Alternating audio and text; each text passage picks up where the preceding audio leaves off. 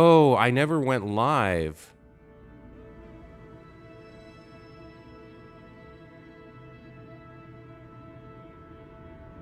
Oh, guys, okay.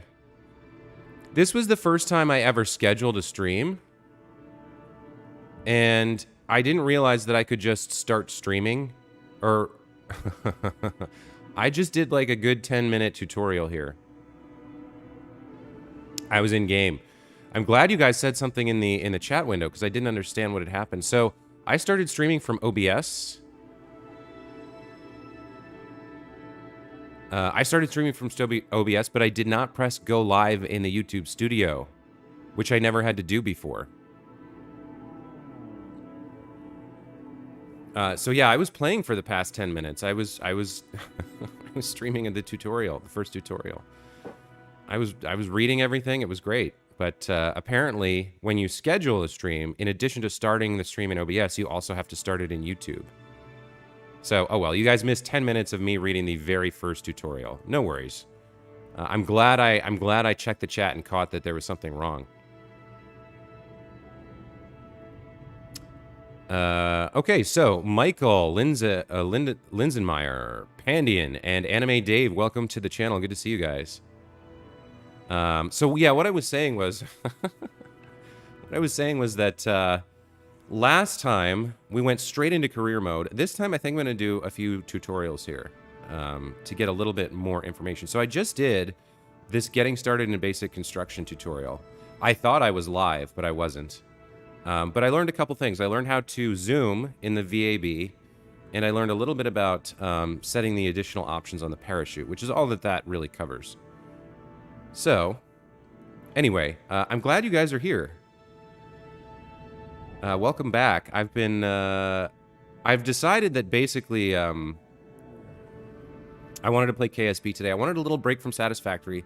We got the supercomputer manufacturer up and running, and we have to do factory exteriors. But I wanted to come back to this for a day because I had a lot of fun with it the first time.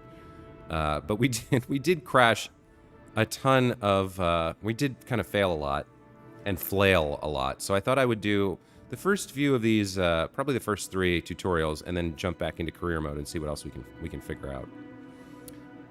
And I know, Michael, you left a bunch of cool comments about some of the things you learned. I know you picked up the game and played through it yesterday, so I'm going to try and remember those as well. And if you see me doing something, I'll keep checking the chat, so hopefully we can make things more survivable for our kerbals here. Pandy, and I'm glad you like my choice. All right, so let's do the basic flight tutorial. Learn the basics of flying a spacecraft in KSP. In this tutorial, flight instructor Gene Kerman will take you through the essential flight controls and instruments required to launch a simple hopper. So I did the getting started with basic construction, and Werner von Braun gave me all the instruction I needed. But Gene Kerman, the flight instructor, what kind of voice would he have, I think? I think maybe he might be a little bit of a good old boy, you know? I think maybe we'll choose something like that. A little bit of a drawl for Gene. So let's get started here.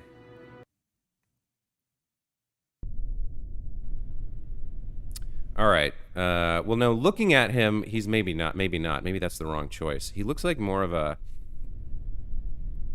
He's got the suit and tie and the little vest on.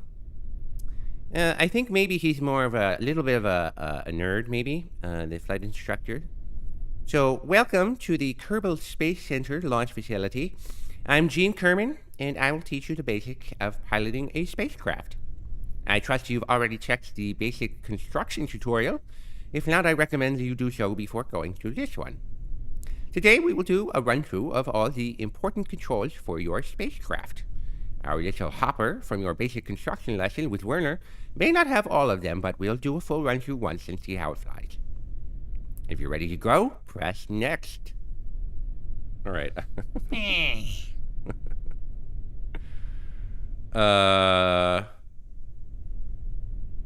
Love the new profile. Oh, Factory Guy, gotcha. Welcome back to the channel. Thank you. Yeah, I decided just having a picture of my face wasn't really good branding.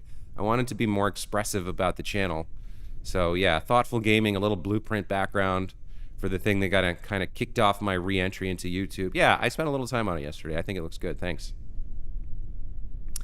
Flying the spacecraft is all about being in control of a generally very chaotic situation. As a pilot, your main flight controls will affect the pitch, yaw, and roll of the ship. Let's look at those first. All the other controls will be locked until they're needed for this or this tutorial is closed. Pitch, yaw, and roll are the 3 directions you'll rotate your craft. To help you visualize these, we've taken a holiday snap of the hopper below.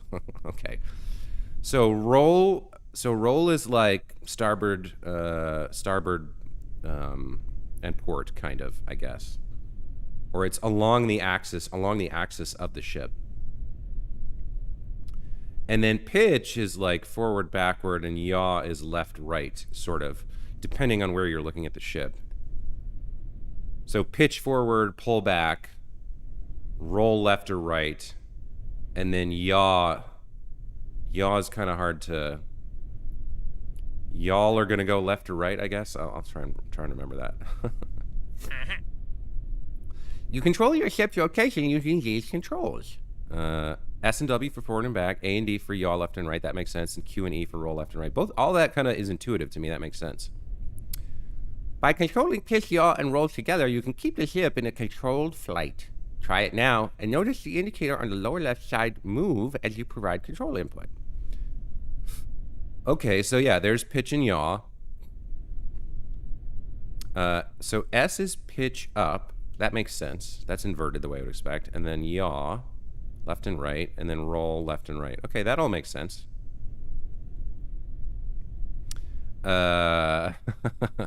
Yeah, gotcha. I was an actor in high school and college, and I have a little bit of a talent for accents. I can do some different voices. It's fun.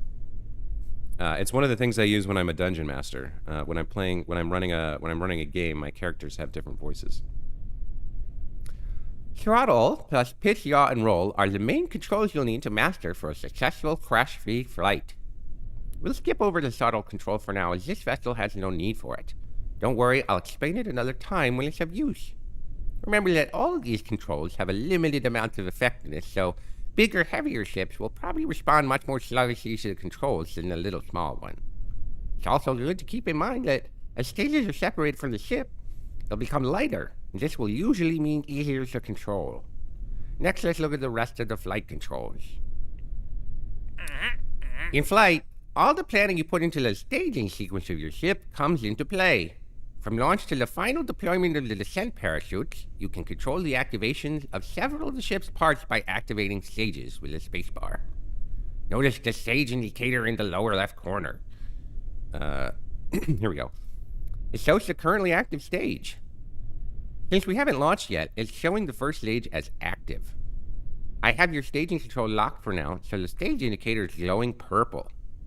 The stage indicator. Glowing purple?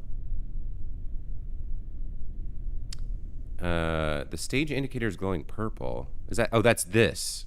Okay, this down here, right here.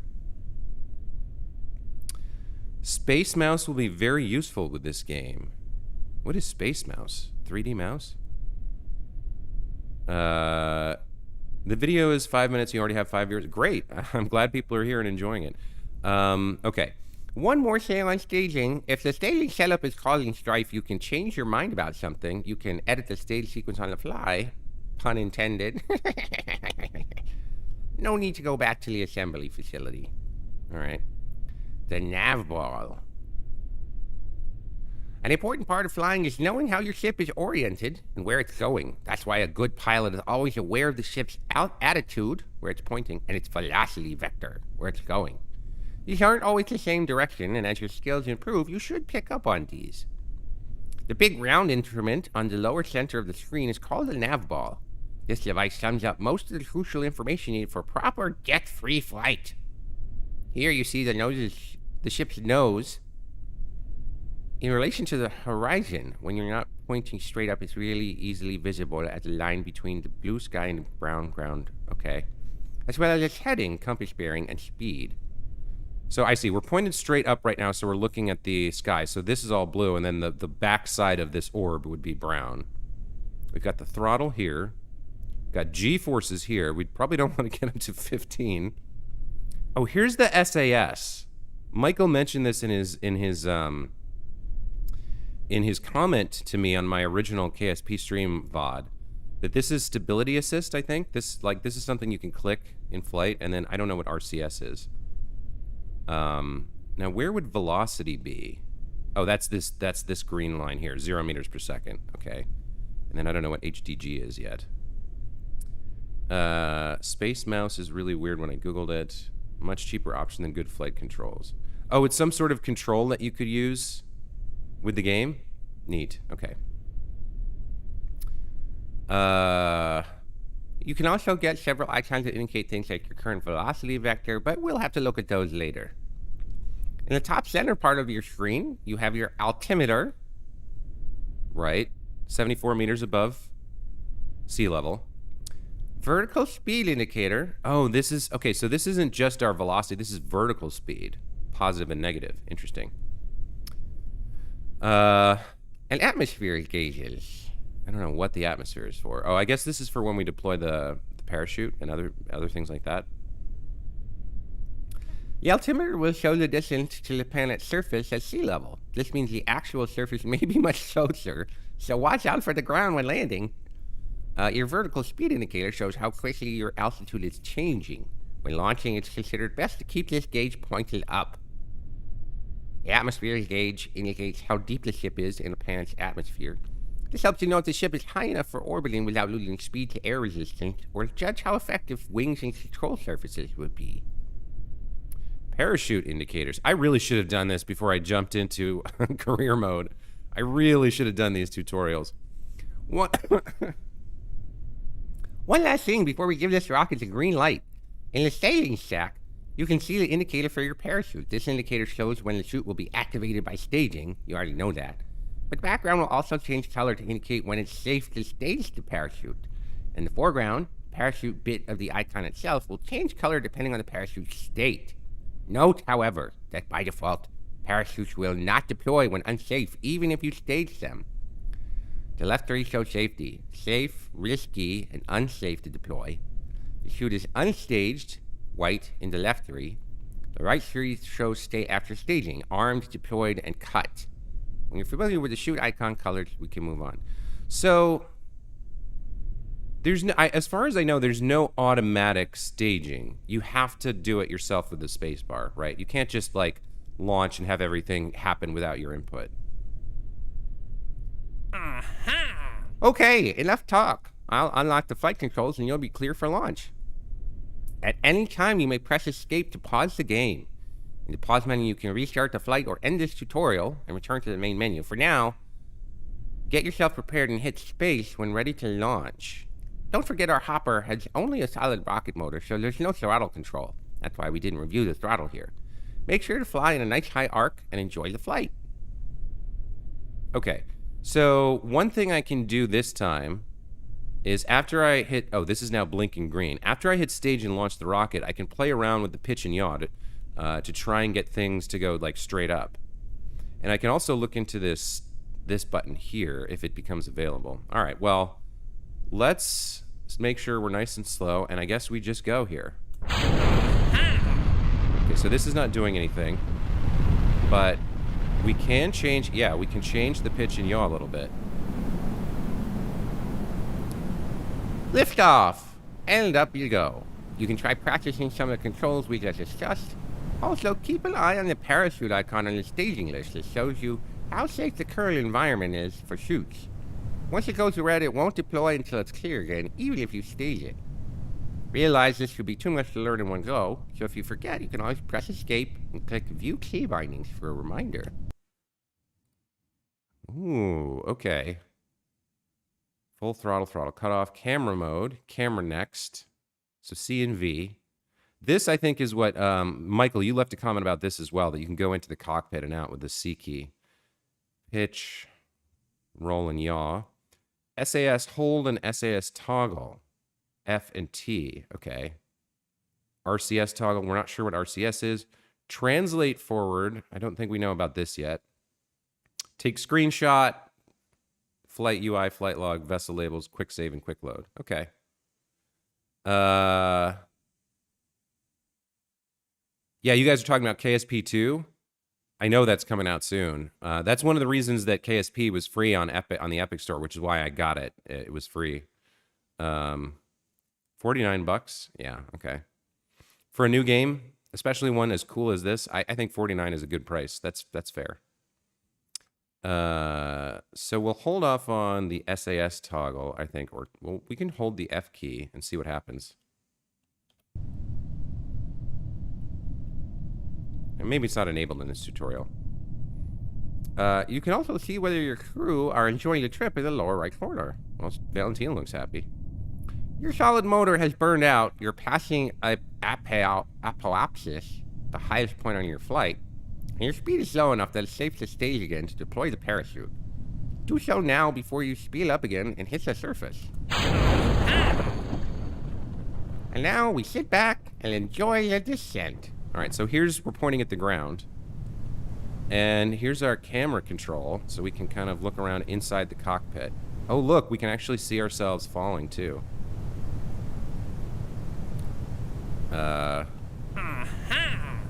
And there we go. We've got the parachute deployed. We're gonna head back down to the ground. This part we've done before. We've seen this happen. But I want to see the rest of the tutorial. He probably tells me. And look, up at the altimeter, you can see where our vertical speed is negative 100. What else can you see? We can sort of pitch and roll during this part as well, which is interesting. Oh, that's a cool animation in the bottom right, too. Valentina can kind of see the parachute deploy.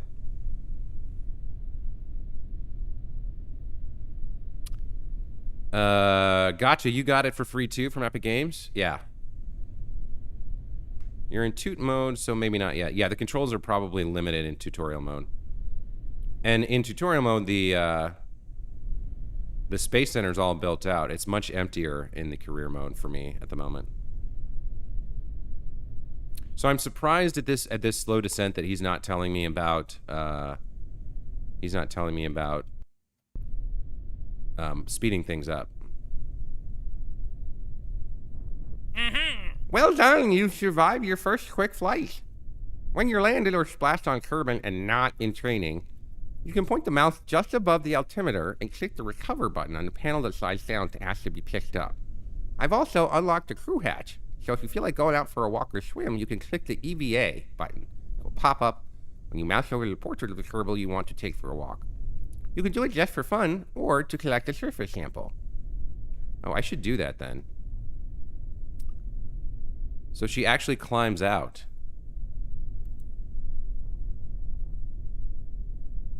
Okay. So do I click on her? Yeah, then I can click on her. Thrust limiter. What? Oh, that's if she has like an EVA backpack, I guess. Hold on. Lower visor. Oh, I can walk with her too. Oh, this is cool. All right, let's lower the visor. Let's plant a flag. There we go. Yeah, Kerbal Space Program. What do we... I mean... Space Center. I did not die today. Alright, there's our flag. We can remove the helmet. Take a surface sample. You took a sample of the soil. It's very muddy and sandy. There might be a body of water nearby. Keep experiment. Transmit data.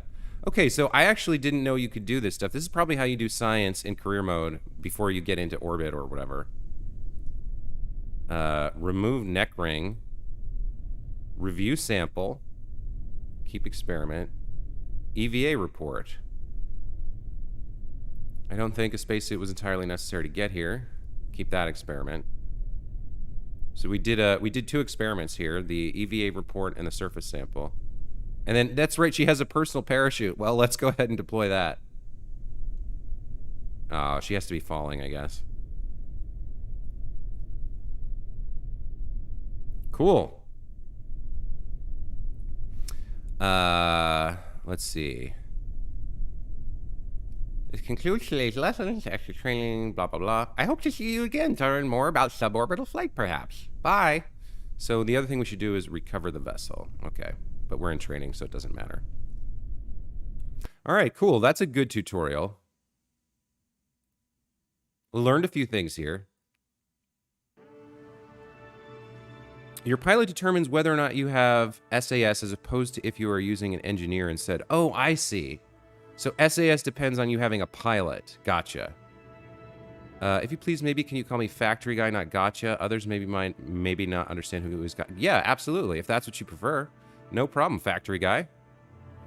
We got it all set up. I was calling you that because I remembered that you had the 2 accounts. And I wanted you to know that I remembered. But if you prefer factory guy, that's what we'll go with. So you hit keep experiment if you have no means of transmitting, and you hit transmit if you do. Okay. We'll check that out as well when we get back into training, to the career mode. I'm going to do one more tutorial here. Or maybe I should do a few more. Because intermediate construction sounds good. And then we haven't done a space plane yet, so suborbital flight could be good. Alright. So we're back to Werner here. For intermediate construction. How to design a craft that can escape Kerbin's atmosphere and return safely. Oh, interesting.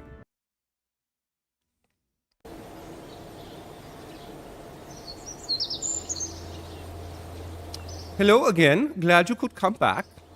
To get started, go ahead and enter the VAB, and I'll give you the overview of what we're building today.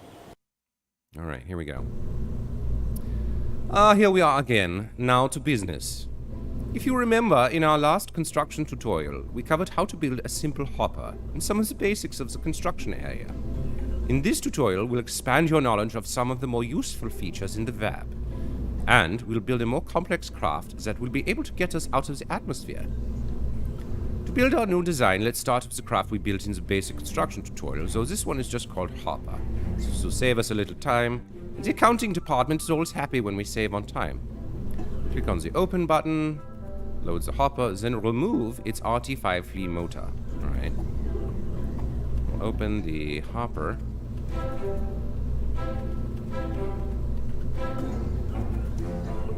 If you mess up, you can recreate the craft from the parts list by placing a part first, then a parachute on top of it. Note that throughout this tutorial I will leave all the parts you need available to be placed.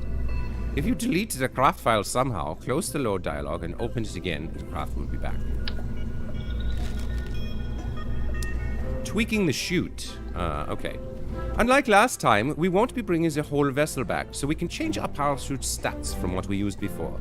Right-click on the parachute and verify that its deployment altitude is set to 1,000 meters as last time, but also set the minimum pressure slider all the way to the right, 0.75 atmospheres.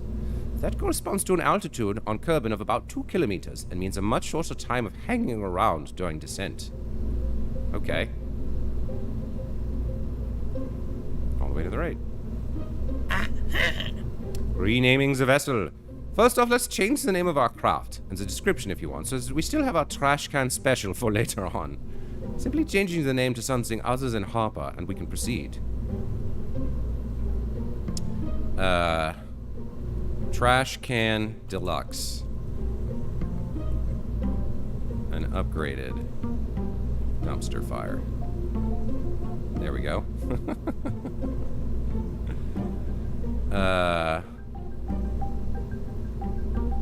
Adding some extra functionality.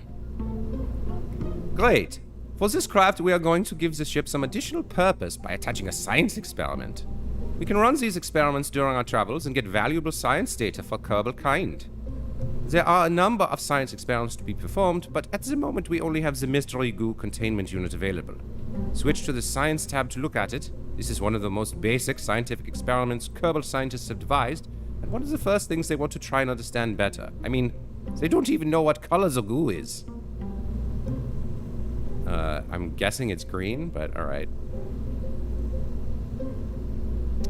Using symmetry. When you pick up the part, you'll see that it's designed to attach to the sides of other parts, that is radially. If we attach only one of these, then during flight our craft will be unbalanced. One way to solve this is to add an extra goo container on the opposite side of the rocket so they balance. Luckily, we have a symmetry tool to help here. These buttons control symmetry and angle snap and can be found in the lower left of the screen. We've already figured this out on our own. Place the mystery goo containment unit near the top. You will notice that a second one is placed opposite if you have already placed one. Blah, blah, blah. Remember to place the canisters near the nose of the pod. Alright, so that's easy enough. We can zoom in here. We can't kind of hide this, so we'll just work around it. So for symmetry, we want 2. And then we want to snap it a little bit. I see, okay. So let's just pop it up near the top, right around here. And we don't want to put it on the parachute, so we'll just go like that. There we go, two goo canisters. Looking good. Decoupling parts. If we add too many more parts here, the craft we are making will be too heavy to survive re-entry safely, and too heavy to be slowed down by our parachute, leading to sudden impact syndrome. So we will need to add a decoupler below the pod. I really should have done this tutorial first, you guys. This would have been great to know all this. Poor Bob. Bob died because I didn't do the tutorial. You can right-click on objects that you've placed to modify them, and in the bottom right corner you have your staging. You're going to want to do your staging here in the hangar. It's easier than doing it on the pad every time you reset. Got it. Yeah, that makes sense. We save the staging as part of the save. Decouplers can be found in the coupling tab, and will let us split the craft when we no longer need the lower parts. We won't be able to recover the discarded parts, but at least our craft and our kerbal will survive re-entry and landing. Decouplers can be used in many ways, but for now, let's just add one of these to the bottom of the pod. Go to the coupling tab, grab a TD12, and place it. Notice that stacked decouplers have arrows. The arrows show which is the side that decouples. Make sure your decoupler's arrow is pointing up towards the pod. Okay. So the part that the arrows are pointing toward are the part that decouples. So like if we had 4 stages, right? To me, I guess it doesn't make... To me, it seems like it wouldn't make much difference. Because... Wouldn't the direction not matter? But I guess we'll just listen to him and do what he says. So let's go to the coupling tab. Payload coupling. Get a TD12. And we'll add that like that. Okay. Revisiting the staging stack. Well done! You'll recall, I hope, that in the previous tutorial we had to adjust the staging stack when we added the engine to our earlier rocket. When you add a decoupler, the extra stage is automatically added to the stack so that any new parts below the decoupler won't be staged at the same time as those above it. You can, of course, still move these all around, but hopefully this will save you some time as you go. Adding some fuel tanks. This time, we are going to use a liquid propellant rocket engine. Unlike solid rocket motors, these engines don't carry their own propellants with them, so we need to add some fuel tanks. Go to the fuel tanks tab. We are still using these early parts, so there are only FLT 100s available. This is another area, like engines, where advancement brings bigger and better parts. Let's go take a look at the FLT 100 on the fuel tanks tab.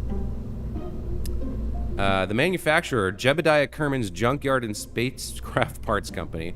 The T100 is a miniature fuel tank made to be even more adorable than its bigger brother, the T200. Handle stoically and with care. Alright. We are going to need 5 of these tanks to get us to space. Before you grab 5 tanks from the part toolbox, so let me give you another tip, because efficiency is my middle name. It goes right after Von. Werner von Efficiency Kerman. Once you place the first tank on the rocket, you can duplicate that by holding the left Alt key and clicking on the tank. You can do this on the bottom tank a few times and quickly get 5 of these attached without having to go back to the toolbox. So that's kind of like zooping in Satisfactory. So I hold left Alt.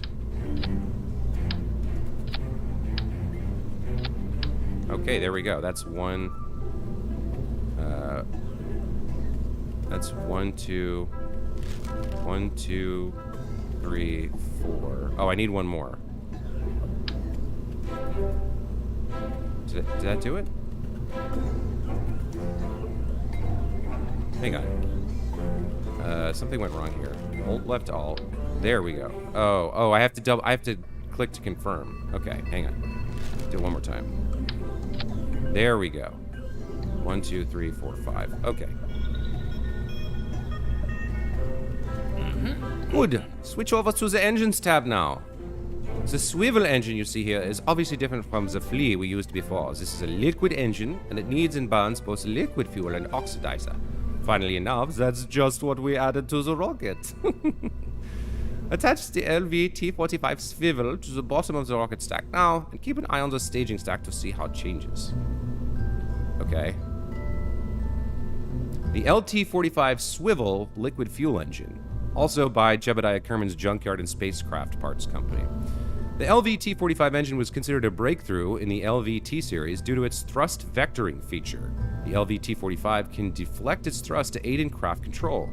All these added mechanics, however, make for a slightly smaller and heavier engine in comparison with other LVT models.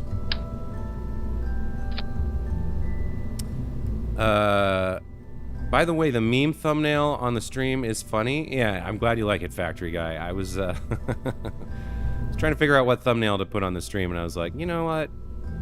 I think a little bit of meme work works. You have to pay close attention. They're kind of hard to see. The direction does matter, but only if you're wanting certain things to stay attached to other things. Okay, so I did find out how I can zoom in. So I can now see this arrow. So the decoupler's pointing up, which is what he said. So this decouples upwards, I guess, and the ring comes with us, and everything below it detaches. So maybe if I faced it the other way, then we would lose the ring. So maybe, like, I'm not sure. Maybe it makes a difference if we keep the ring or not. Adding fins for balance. We are almost there, and you're doing fine. Maybe not as speedily as someone of my caliber. The last thing we're going to need to do is to give the rocket a little better stability, so it keeps going the way we want it to go. We'll achieve this by adding some fins near the bottom of the rocket. Fins can be found in the Aerodynamics tab. Set the symmetry mode to 4x, so we will place them on both axes. Also turn on angle snap. Okay. Drop a basic fin on the last rocket tank. You'll see the other 3 symmetry counterparts will be placed as well. Okay. We've done this before. We figured this out as well by ourselves. Let's see. Aerodynamics. Place a basic fin. I think we just go like this, right? Yeah, that looks good. Excellent. We've now got a rocket that will let us reach for the stars. Admittedly, I did say reach for, and this is a basic rocket which can't achieve orbit. But on the bright side, that means re-entry will also be basic. You've done a great job in building a basic hopper and a sub-orbit capable rocket. However, you've learned a few things, or hopefully you've learned a few things about how to build a craft and how to use some of the shortcuts that are in here. Feel free to hang around a bit and try your hand at other things too.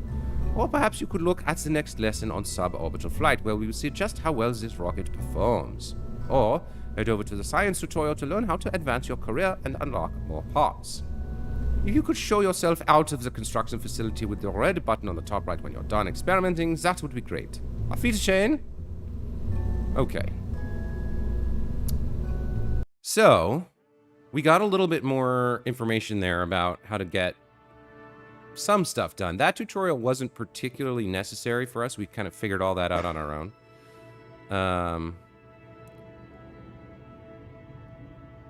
Yeah, the scroll wheel changes between up and down and zoom if you hold the left shift button. Got it. So do we want to do the suborbital flight tutorial? Advanced construction, orbit, go for orbit. Gene Kerman will take you through the essential flight controls and instruments required to launch a simple rocket.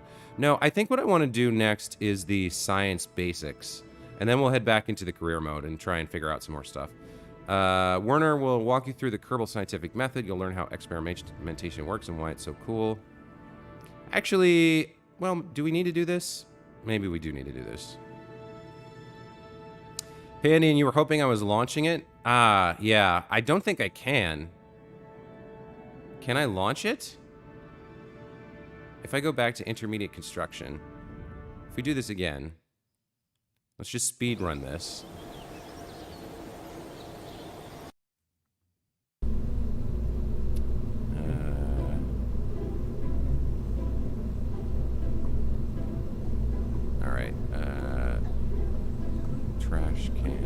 kerbals is what we called it. What are we doing? We're adding the... What does it want me to do? Oh, he wants me to delete this. Okay. Next. Next. Next. The science, right.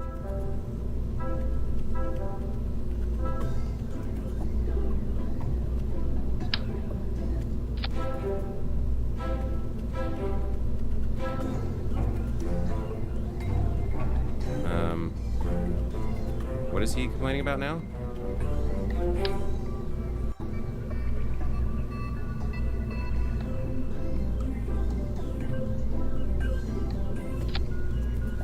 Switch to the science tab and look at it.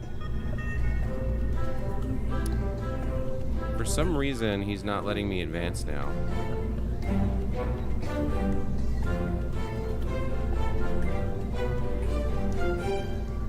Hang on. Switch to the science tab and look at it. This is one of those, they don't even know what color the goo is.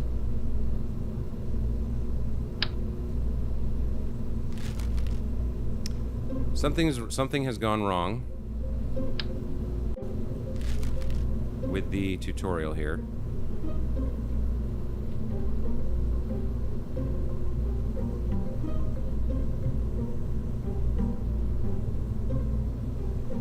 He's not letting me advance anymore. Huh, I wonder what happened here.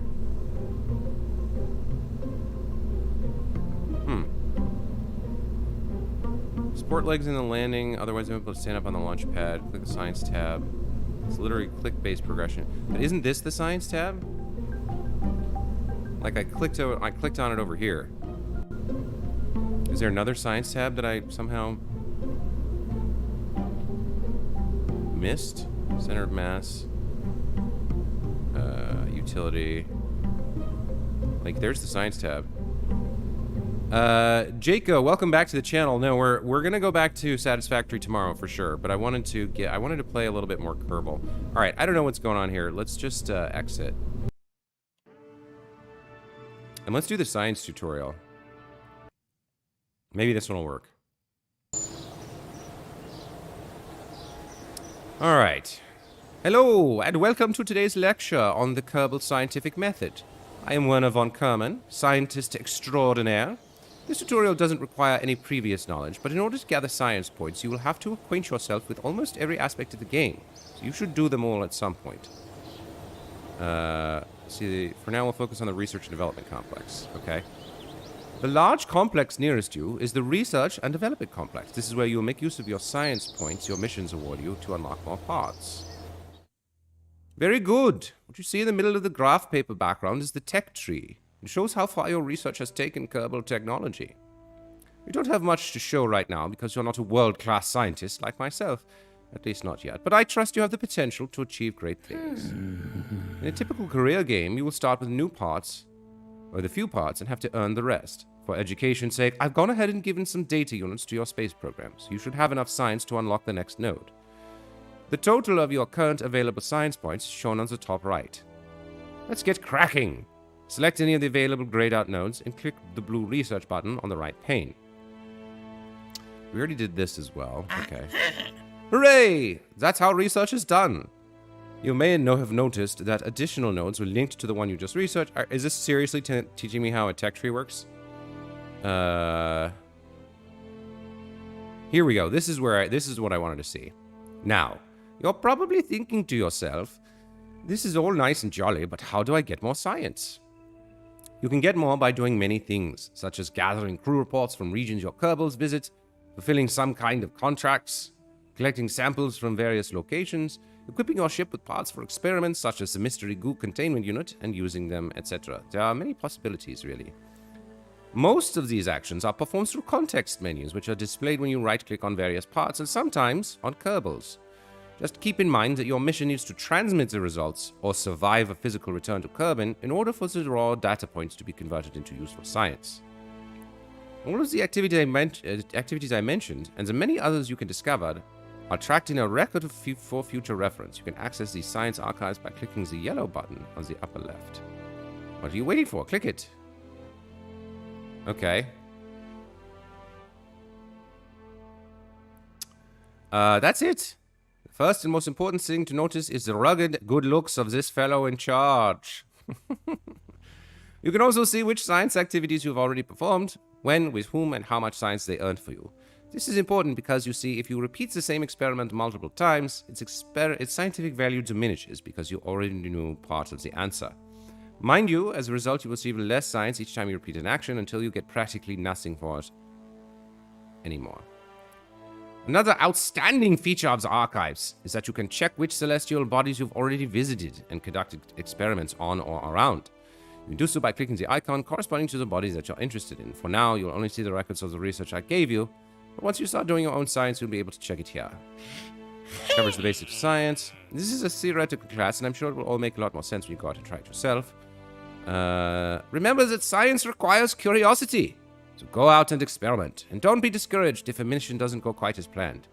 If you learn something new, it's not a complete failure. If you are still feeling lost, feel free to try the other tutorials. I'm looking forward to your accomplishments. I must continue my own research now. When you're done, show yourself out by using the red leave button on the upper right. Okay. Well, guys, I think that's it for tutorials today. I think we're going to go ahead and go back into our career mode and see if we can apply what we've learned. So, we're a little low on funds and science and reputation and everything. Let's see if we can figure out what to do. Observing space jello has never been more exciting. Keeping a project means you have to retrieve it in order to get the points. If you transmit it, you immediately get the points regardless of if your guy survives or not. Okay. Let's go take a look at R&D here. We did unlock a couple new things. But if we go into the archives, we have crew reports. So the value is high, and then this value is super low. We got nothing for it. We also have surface landed situations. Oh, situations. Okay. Recovery of a vessel returned from a flight over Kerbin.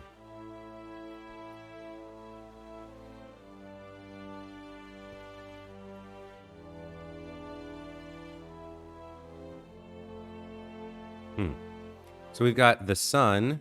Why is the sun like a square here? We've got Moho. Eve. Eve's, I'm assuming this is like a rock that orbits it. And we've got Kerbin. We've got the moon and Minimus. Oh, Kerbin has 2 moons, I guess. Interesting. Okay. So if we go back to mission control, we have an active contract that we set up last time.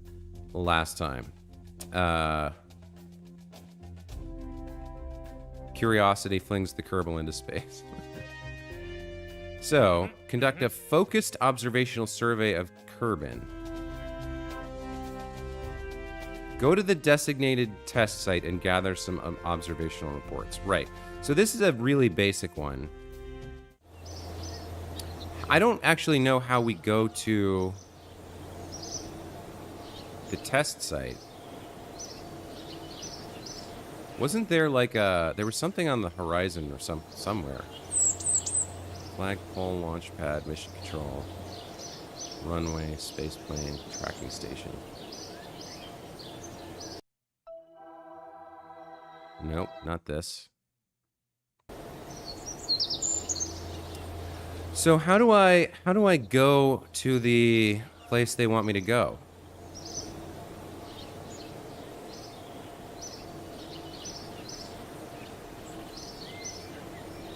For our active mission.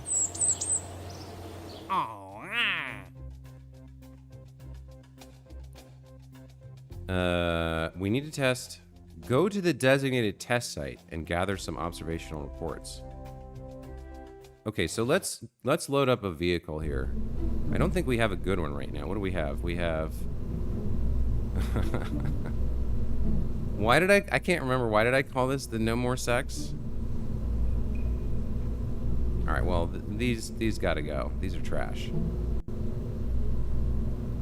All right. Let's build a real basic ship. So build a command pod, right? And we'll put a we'll go to utility and we'll throw a parachute on it. And then I don't know what to do about the minimum pressure here. I guess we'll just stick with what the tutorial told us and stick it at around 0.2. That should be fine. So if we look at what we have available for fuel tanks, we do have this. And we do have the LT-45. So instead of the fuel booster, we don't want to, I don't think I want to get to orbit exactly. Not yet. But let's go higher. Let's see what a couple of these do. Let's just do 4, because 5 was what they said we needed to get to orbit. So let's just do 4 for now. Or do we want something even cheaper? Maybe we want something cheaper. Because how much do these fuel tanks cost? 150 bucks. And these are like, okay, so these are actually more expensive.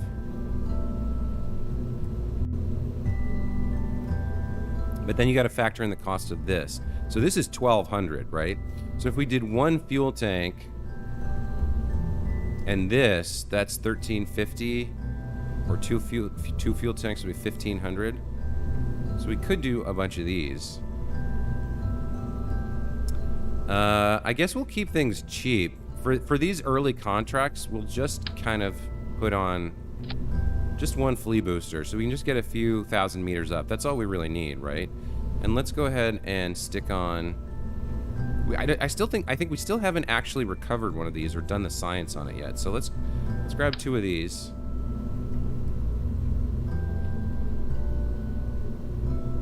And we'll get some fins.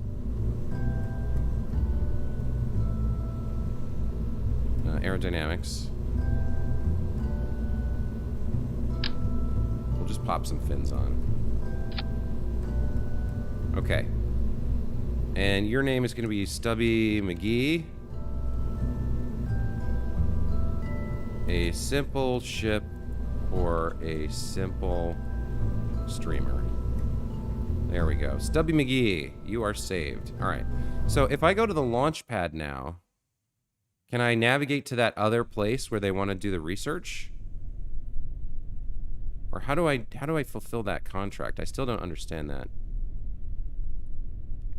Observational missions mean that you need to use the runway and create a vessel with that. Oh. Okay. And the tracking station, if you swivel around on the planet, view and zoom in, you can see where you are and where your waypoint is. KSP is a hard game. All right, so maybe we don't need to launch Stubby McGee here. But if I zoom in and right-click on this, observe mystery goo. Mystery goo observation from launch pad. The goo doesn't seem to be doing much right now. Okay. Recovery, +3 science. Transmit, +1.3 science. Now, I don't have a... oh, I guess I could transmit it. But it looks like you keep more science if you keep the experiment. So we did finally do a goo experiment, I guess. We could do another one from launch, I suppose. Let's drag this down here. All right, let's do a launch, and then we'll observe it in flight as well. Maybe that'll get us some more science.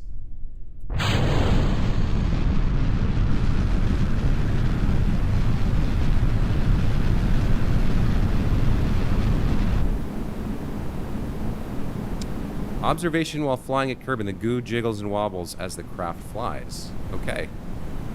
Keep that experiment. And we've done this before. We can just stage as soon as we pass, what was it? Apoapsis? Apoapsis? Apophysis? Something like that. Went up nice and straight. Jebediah did a good job here. He's not really getting any pilot experience. But actually, we got a lot higher, I think, with the smaller craft. What did we get up to before? Like 40,000? All right, so now we're falling. There we go. Oh, we can turn this on. I don't know what this does. Stability assist? What is RCS? I don't know. Okay. So we could do another goo maybe of like falling or high up or in the atmosphere. I'm not sure, but we'll get a little bit of science data from this at least. Let's pop the chute. And let's go down to the ground.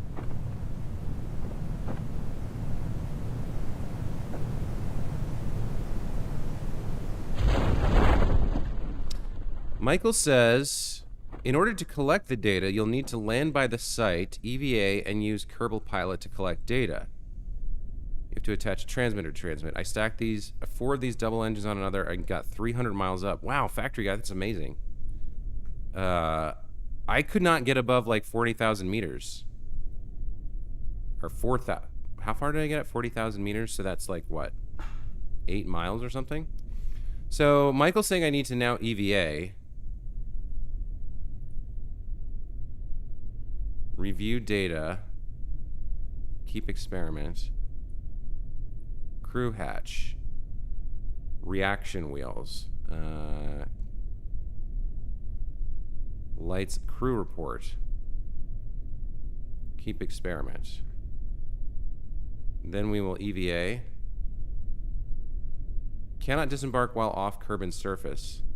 Aren't we on the surface here? Crew hatch. What are reaction wheels? SAS only, normal, SAS only, pilot only. Okay. Transfer crew. Control point, control from here, rename vessel, toggle torque, lights on. Sure. We did a crew report.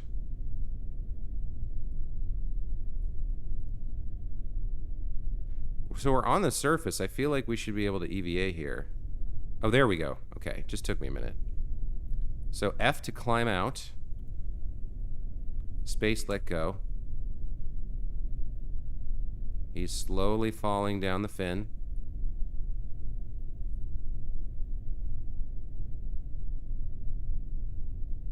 Okay. Now, what can we do with you? EVA report. 2.4 science. What else?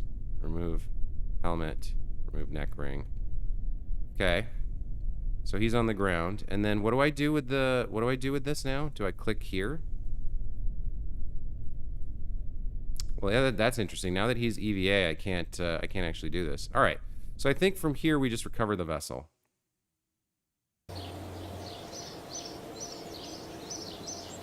Mission summary for Jebediah Kerman. Parts recovered. At launchpad, 98% of value. 34 funds recovered from parts. I don't quite see the science.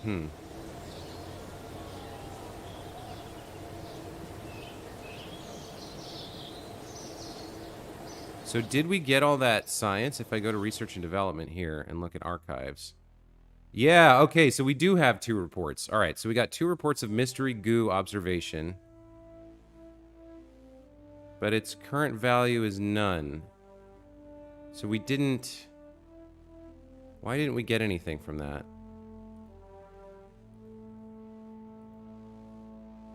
Review science report. Close report. I thought it said it had some value.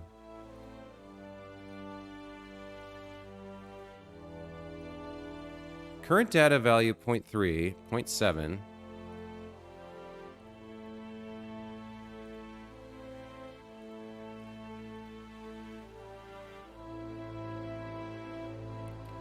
I'm not sure what happened there. So you guys are saying I got a big boost if like I waited for the first engine to run almost out, and then on the second I activated second engine, and then the second engine overheated. First engine gave it like a... You got an explosion boost? And it's saying you're not on the surface because your pod is actually on top of the rocket. You'll need the stage for that too.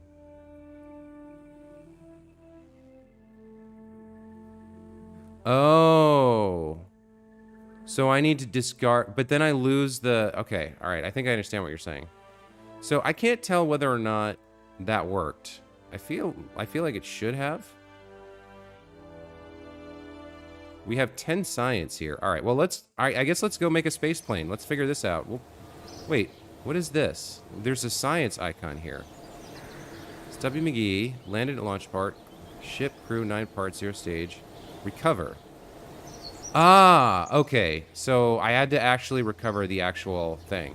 So crew report from Launchpad, 1.5 science.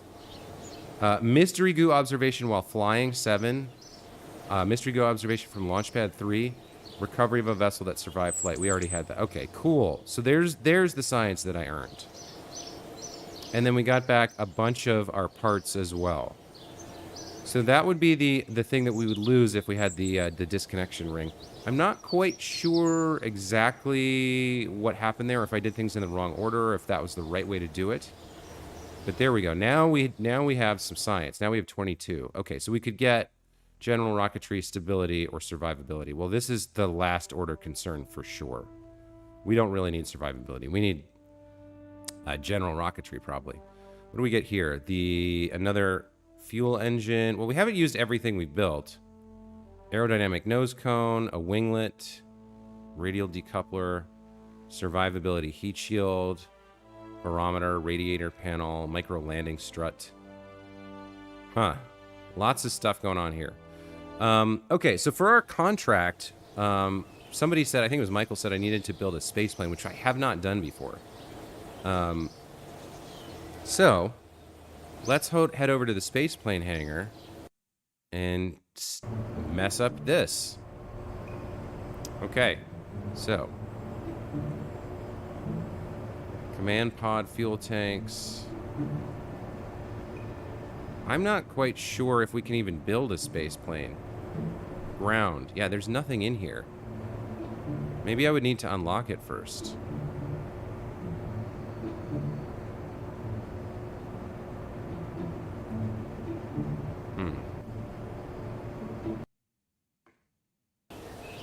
Let's look at the KSpedia.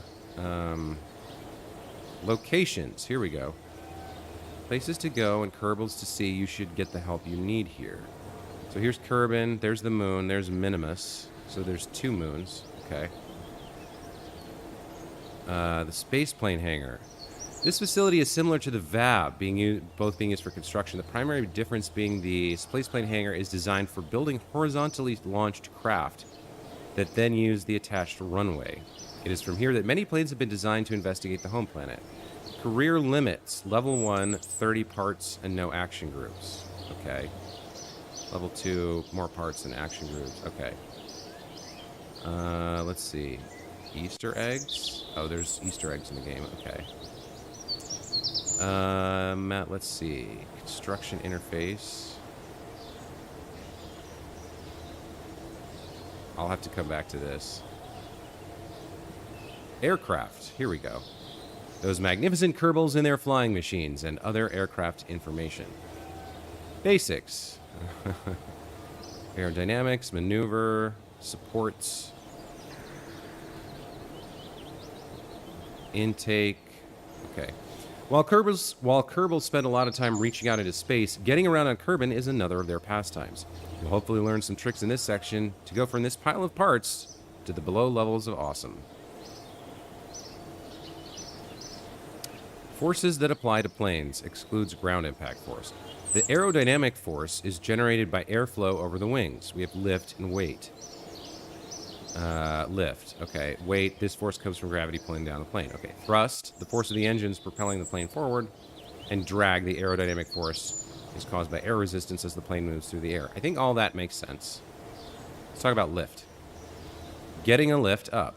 With a plane, lift is generated by air being shaped as it passes around the wings. Wings in KSP are symmetrical. If there is no angle of attack, angle into the airstream, there is no lift generated by the wings. Okay.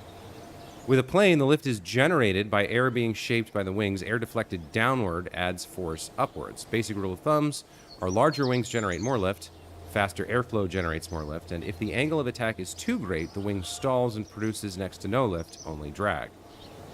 The part details in the construction interface show the relative wing area of each part, which makes it easy for you to compare them. Relative wing area 2.0 versus 0.5. Okay. Thrust. Jet engines provide the thrust for our aircraft. These engines use intakes to get their oxygen. This means you don't have to carry oxidizer along. but you can only operate where the atmosphere is thick enough. Your aircraft needs air intakes and liquid fuel to feed the jet engine. If you're trying to build a single stage to orbit craft, then you might use jet engines to ascend to the upper atmosphere and then use rockets to push from there to orbit. Intakes explained. You need to breathe. Intakes, like engines, come in many shapes and sizes. The key thing to remember is that they grab air for jet engines, and the amount varies depending on the speed and altitude. The faster you go, the more air is captured. The higher you go, the less air is captured because the atmosphere is thinner at higher altitudes. While all intakes perform the same function, you'll find that some are better suited to your design visually or functionally. It's important to pick the right part for the job and pay attention to the specs when building. So there's more here. Drag control, control surfaces, center of lift, achieving flight, balancing act, landing gear. Yeah, landing gear is probably important. As you aren't taking off vertically, you'll need some stylish wheels to help the takeoff. These have also been known to help with that pesky landing thing too. Having good separation, you need to make sure there are wheels front and back and at least one set are spaced wide apart for stability. Okay, got it. So I think we don't see any parts for building this, so maybe we need to research them. Is there another tree? So survivability, stability, basic science, flight control, aviation. Okay. So we need to unlock aviation, it looks like. Interesting. Which would mean stability would come first, and then we need to generate more science. All right. So we need 45 science for this, but we did unlock a radial decoupler, a winglet, and an aerodynamic nose cone. You want to get wings. Also, if you cancel a contract, that treats it as you failed it. I say all that to say you may not be able to do that contract yet. I haven't selected anything because I don't have wheels yet. Gotcha. Okay. So we can't do that contract that we agreed to, which stinks. Let's go to mission control and look for another one. So focused seems to be the keyword here that we're having trouble with.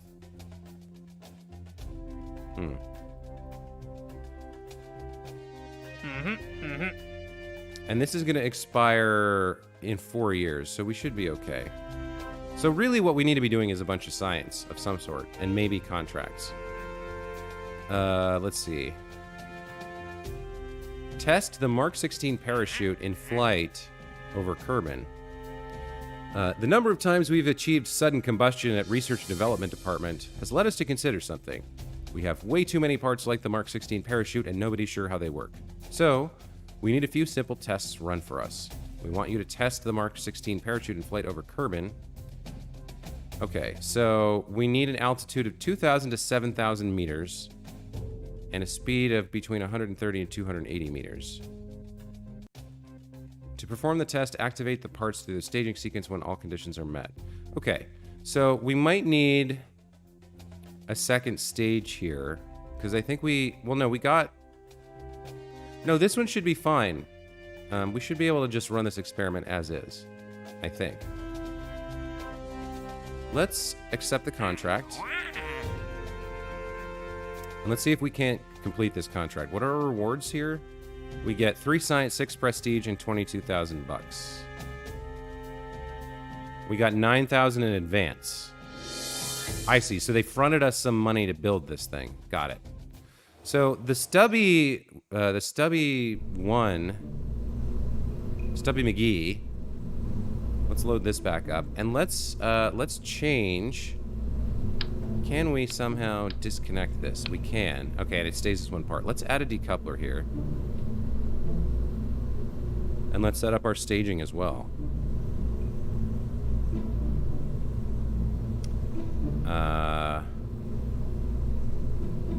So we'll put this here. Then we'll put this here. Okay. So now we're ready to go. Do we need the goo? We've already done this. How expensive are these? I don't think they're that expensive, but let's get rid of them for now. We already did the goo experiment once. And if we look at science, they do cost 800. Maybe we could do a different experiment here. We have this too hot thermometer.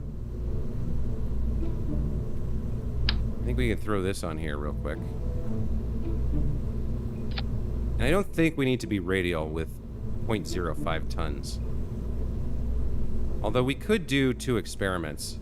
One on the ground and one in flight. So let's switch to that. Does that work? There we go. There we go. Okay. So Stubby McGee 2. Now with decoupler. We'll save that. Now we should also work out the launch pad here. We want this to be in stage 1. And then stage 2, we do the decoupler, right? Now why does this have... Oh, there's a force percent. Interesting. So we can change that. What is crossfeed? I don't know what crossfeed is. I wish you could search the KSpedia. Like, I would search for crossfeed here and see if I can figure out what that is. Okay, so we've got our staging set up.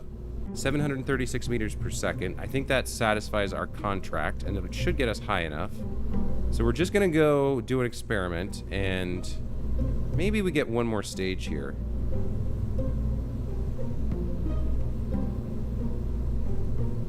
Yeah. Okay, so we'll save that, and then we'll go to the launch pad. I say all that to say you may not be able to do that contract. Oh, we already read that. Okay. All right, so guys, here's our next launch. Another simple one, just a little flea can of solid propellant. But this time, we've got the decoupler, and we do have the science-y things. So let's do one on the ground. We will, I don't know what the toggle display, oh, between Kelvin, okay. Let's log the temperature. Temperature readings are quite literally nominal, and we'll keep that report. Okay.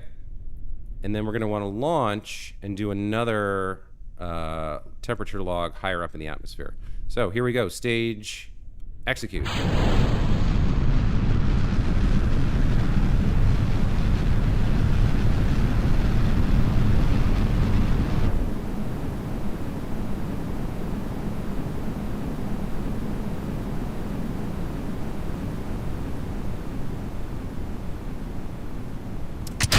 Separation, and let's do our second oh, hold up, how do I pause the game? Oh, that was a mistake. I think I deployed that too early. Hold on. Oh, I gotta get the other one. Are we still climbing here? 14,000 meters. Wow, okay. And then temperature scan while flying over Kerbal shores, collected and reported temperature data from the environment. This is 5.6. Okay. So I think I staged the parachute too early, but it's kind of like, it's got this thing that prevents it from deploying until we hit the minimum whatever we need. Wow, we went up pretty high this time. 13,000 meters? I guess with a simple rocket, without much weight, it goes up a lot faster. There we go. Okay, so the automatic deployment did happen. We did our 2 science experiments. Let's get down to the ground.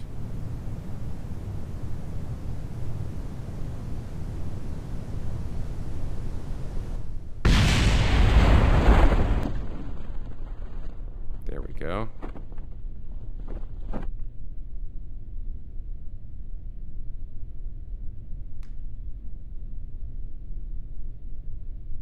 So nobody's dying so far. That's good, right? That's a good thing.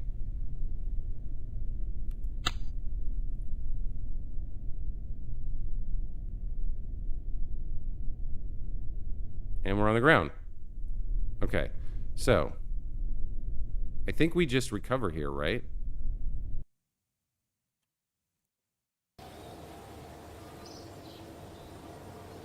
Yeah, so this time, because we disconnected from the rocket booster and landed on the ground when we recovered the vessel, or maybe because we didn't do the EVA, we got the science automatically. So temperature scan while flying and a temperature scan from the launch pad. That worked fine. We got 11 science. And we got all our parts back. Except for the flea can. So we got back 98% of value. The majority is the thermometers. The parachute, the command pod. Okay. 2,800 recovered from parts. Oh, I see. This ship is wicked cheap, and we got most of it back, and we got the 9,000 advance from the contract. And then our crew came back. He did not get any experience, but that's fine. We got some reputation as well. We should change the, let's go to the, where's the astronaut complex? We should change our pilot here. We should send Bob out on the next one. He's the scientist. He can boost the value of data from science experiments. Yeah, okay, cool. So now if we go to mission control, why did this not complete?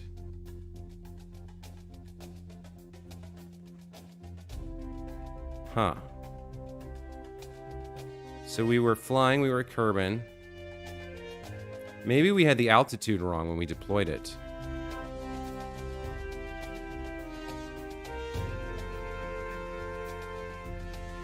Yeah, I think that's what it was. I think we had the altitude wrong.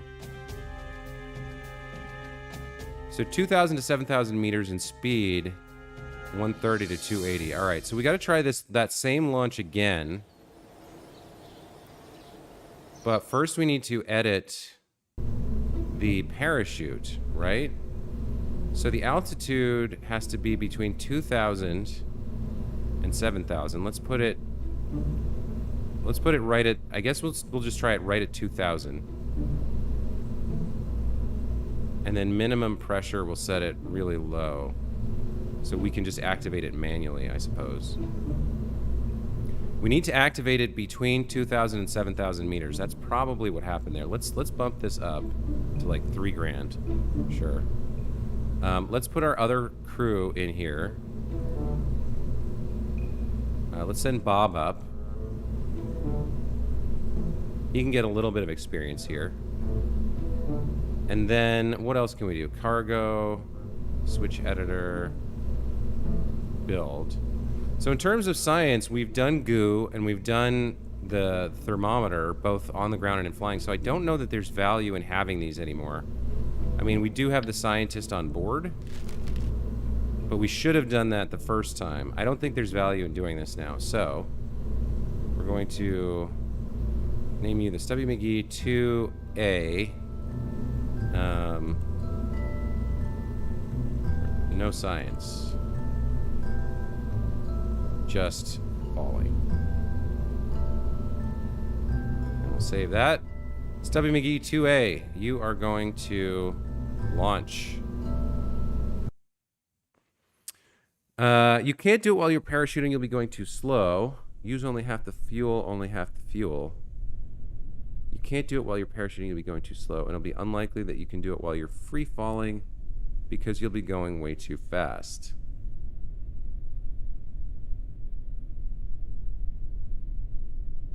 You can't... So I have to deploy at a certain speed, right? I have to deploy between 2,000 and 7,000, and I have to be going a certain speed. That's going to be going too fast. But when we're falling to Earth, we should hit some sort of terminal velocity at some point, shouldn't we? All right, well, let me at least try and get it between the, the 2,000 and 7,000. Should I... Let me go back to the Space Center and check the contract.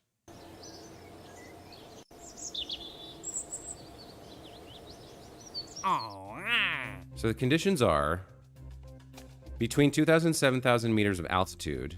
So when I'm falling, I have to be falling faster than 130 and slower than 280.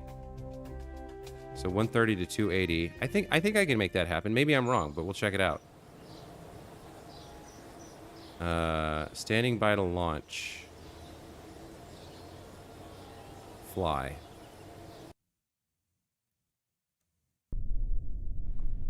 All right, let's give this a shot.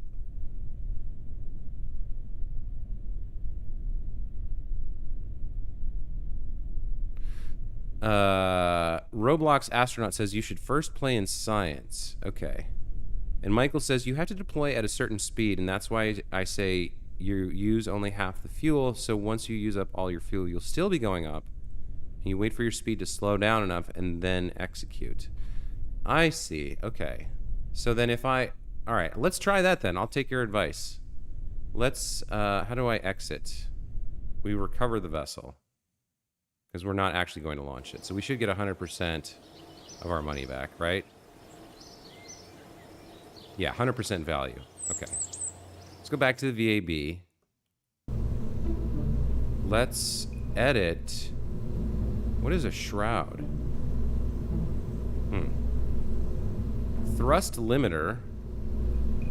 Maybe we do something like this? What is a thrust limiter? This limits how much it puts out. So do I want full thrust with half fuel? I think that's what you're saying. So like 70 units of fuel. And you said I'd be going too fast, so maybe we limit the thruster a little bit. Let's put this at like 75 and see what this does. So we're using less fuel and we're limiting our thrust a little bit. I also don't know what shroud is. Oh, is that the little animation, the little white like shroud of steam that you see? That's fine, we'll leave that enabled. Okay, so this has now become an entirely new ship. Subby McGee 3.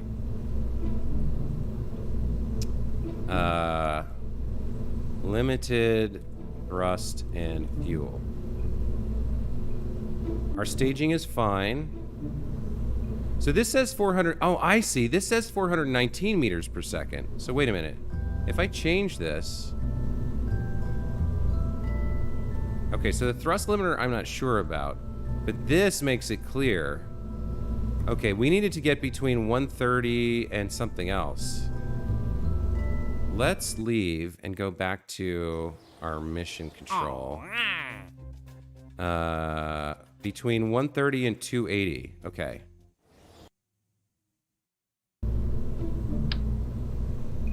No, we do want that there. 130 and 280. So 267 should be just about right. Or we could even go a little bit lower here. No, we got to get right between these two. I don't know what the thrust limiter is, so we're not going to mess with it. But that's right where we want it to be. And as long as we get between 2,000 and 7,000 meters at around this speed and deploy the chute, we should complete the contract. All right, so let's save. And let's launch this. We have our new pilot, right? Yeah, Bob Kerman, the scientist. Okay. Let's try this.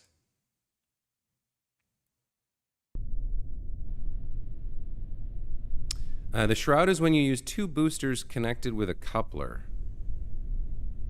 Ah, okay. You have no thrust control right now. Have the fuel. Got it. Okay. So I think we're good here. Let's go ahead and launch. Okay, where's our speedometer? We have to get up above 2,000. Where's our speed? So we're too slow now, and we are not getting high enough. Where was our speed? I didn't... The G-force throttle.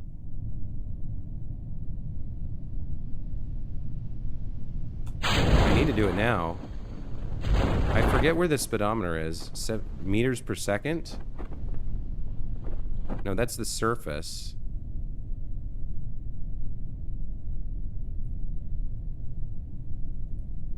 No, that is our velocity. All right, I think I got the height right, but I think I got the speed wrong there.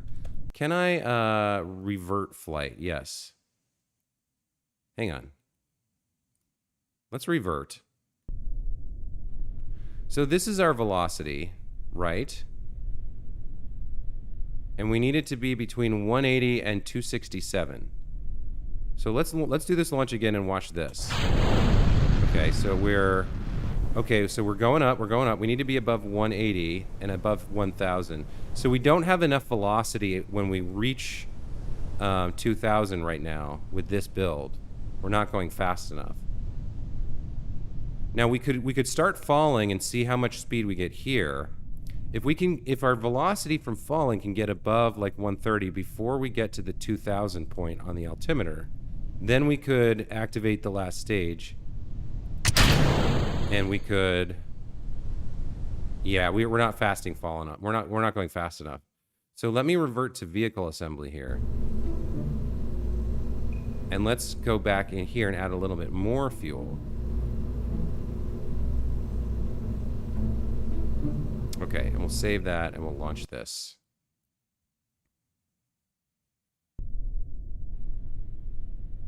So, first stage. We got to get up between 2 and 7, which looks like that's happening, and there we go.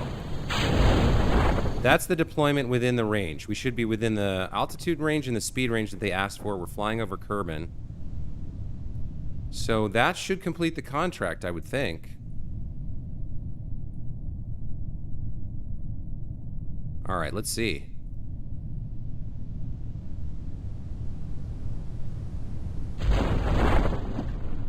Roblox astronaut says add more fuel. Michael says that's why I said half of the fuel. Got it. Okay, yeah. Got it. It is kind of late in the day. It's dark out. It's interesting that it like really simulates the daylight cycle as well. I mean, and that makes sense for a game about orbital mechanics. Okay, so is there a way to jump forward? Warp. Toggle time mode.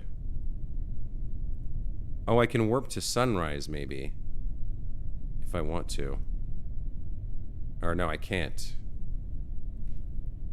This button's not active.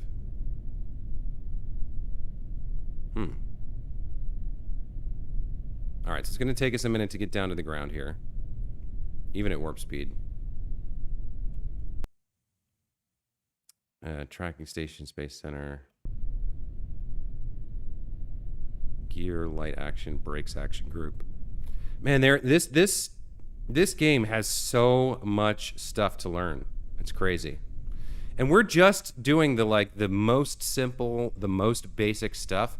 I can imagine like when you get up into like going to orbit or landing on other planets, it must be like I think at that point actually the time that you have to sit here and watch everything go must be nerve-wracking, because like you launch something that's going to go land on the moon, and you spend probably half an hour navigating the flight, carefully controlling everything, checking, you know, all the crazy amount of like stuff that you can do. And then you get there and you have like 10 seconds and you're like, is it going to land or crash? Land or crash? Land or crash? Land or crash? Oh my God. Right? All right, now we can recover the vessel. We did get a report, but zero science because we've done this before. We got 98% of our parts back, and he gained 1 experience point from flying that flight. Okay, now let's go back to mission control. And yes, we completed the test. So that worked. They don't give you, I guess they don't give you like a pop-up. They don't go, ding, you completed this contract. But it just happens. So we were within the right altitude, we were within the right speed, and we completed the contract. So we got more cash. Yeah, look at this, we're up to 127 now. We got some science and we got some reputation.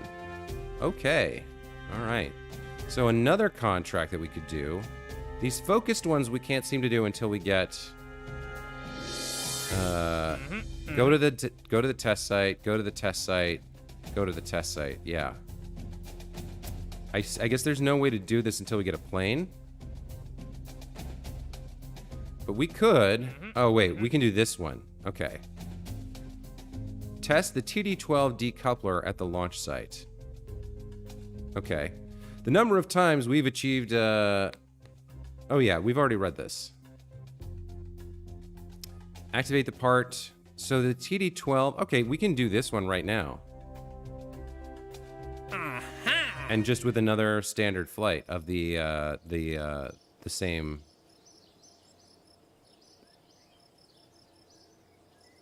ship.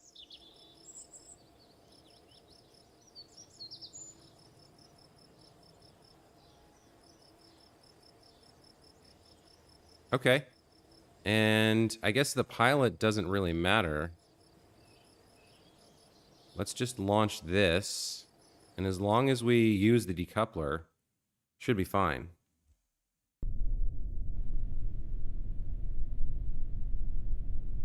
Oh, wow, there's more warp than you can do here. By the way, just saying my stream has started. Oh, Jaco, your stream started? That's right, it's 10 o'clock, huh? Good luck. Have a good stream, man. I'm probably going to wrap this up soon, and I'll come over and check out your stream as well. Maybe I can brigade everyone in here over to the Weird Toast channel. You can check your status mid-flight by clicking the keyboard or clipboard that's on the right. You also left your time modifier sped up. Sass is your friend. Okay. Check your status mid-flight, clicking the keyboard or the clipboard that's on the right. This, I see. Contracts. Take a crew report in flight below 16 near site WW36B. This is the one I don't know how to do yet. I would like to launch from there. To perform the test, activate the part through the staging sequence when all test conditions are met. Ah, so I could have had this open during the launch, and when all the check marks turn green, then I could have done it. Okay. So for this one, I don't think we warp up quite this much. Let's just launch. Or can we warp to sunrise? So here we can. Oh, that's neat. Okay. Let us... Who's that over there? Okay, let's launch.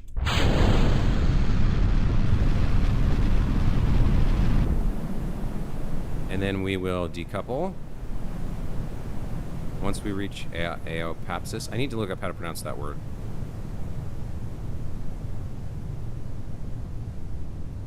Now, why is this not green now? Test decoupler at the launch site.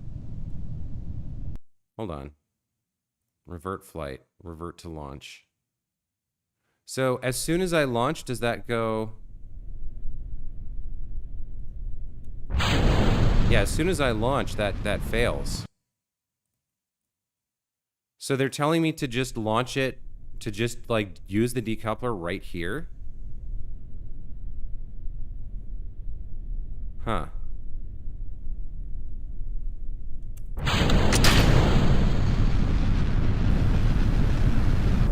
That didn't work. Revert flight. All right, let's revert to vehicle assembly. And let's just, let's get rid of all of this and just have the decoupler. And we'll save this as a new ship. This will be the, Pop Cap 1. Do I even need anything for it to be attached to? Like, if I just stick a decoupler in here, does that work?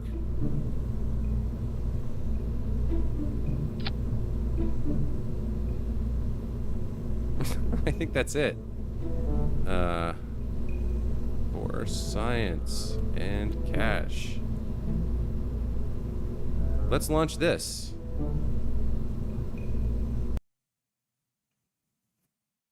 Okay. So there's just a decoupler ring sitting on the launch pad. Yeah, I can't stage it. So how does this work then?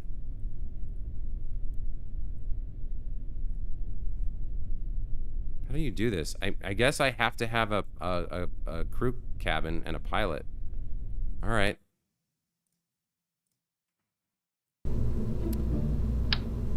We shouldn't need a parachute here. Let's just launch it like this.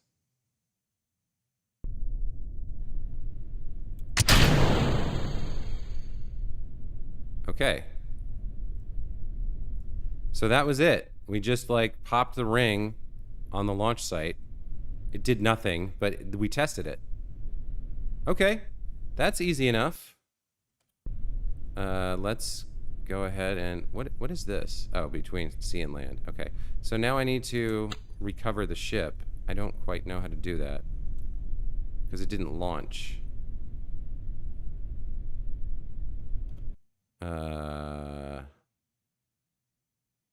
Space Center. There we go. You are on a collision course. Leaving now, let's say back to the last save state. The last state was 33 seconds ago. Wait a minute. What?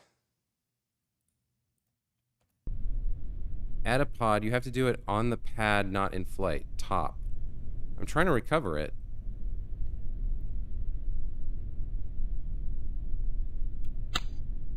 Abort action group. It seems like it's having problems with the fact that it's sitting on top of this thing. Huh. You have to do it on the pod, not in flight. Top, lol, there you go. How do I recover that? How do I end now? Oh, there was a message about contract complete.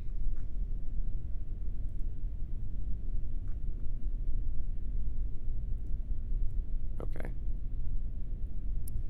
Try time warp. All right. See how it's like hanging off the side of the ring here?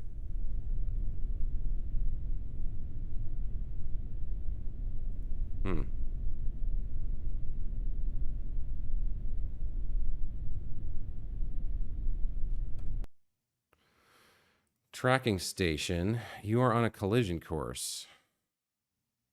Cancel. Resume flight. EVA. Cannot disembark. I'm not sure about this, you guys. Let's go back to the Space Center. So our contract now should be not done again, and we got to figure this out.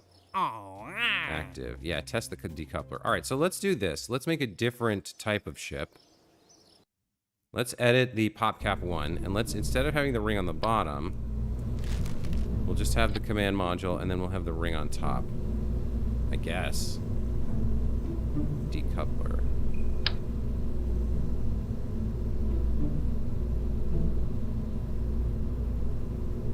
How do I flip it upside down? Like that.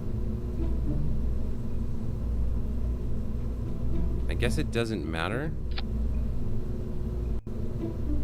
This is our new... Alright, this is the PopCap 1. Let's try this again.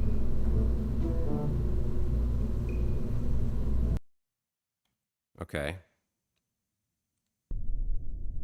So we're gonna... Let's warp to the morning again. Let's zoom in. Alright, so we're going to stage 1. Contract complete. Recover vessel. Okay, there we go. Guys, learning is a slow process in this game, but I'm figuring it out as we go. It makes no sense to me to just have that ring on top of the command module, but I guess you can't just test it without a pilot, so we had to do it that way. That's pretty funny. Have your capsule engine have the decouple between them, but stage the engine after the decoupler. Go to tracking station. Hey, you guys just learned something new. I completed the... I never left the pad, but you can see here the contract's complete. So you don't actually have to fly anywhere to do that contract. You just have to test the ring on the ground at the launch pad. So we got all our parts back, except for the ring. And now... we're up to 133. So that, yeah, we finished that contract. Test the TD12 decoupler at the launch site. So the only requirements were that we were at Kerbin and that we were at the launch site. And in fact, I tried to launch it once and it didn't work. So it was, you can't do it in flight. You have to do it at the launch site. So I guess you have to do it like that, the way I did it. If we look at available contracts now, we could test, there's another parachute here, and there's another swivel. So I guess what we need to figure out now is how do we get more science, and how do we travel to these different locations?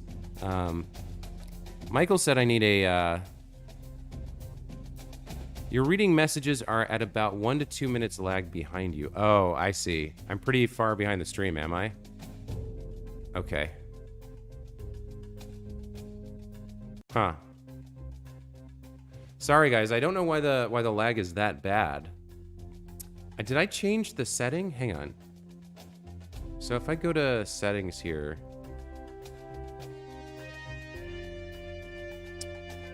Where is... There's a setting in YouTube for the lag or the delay.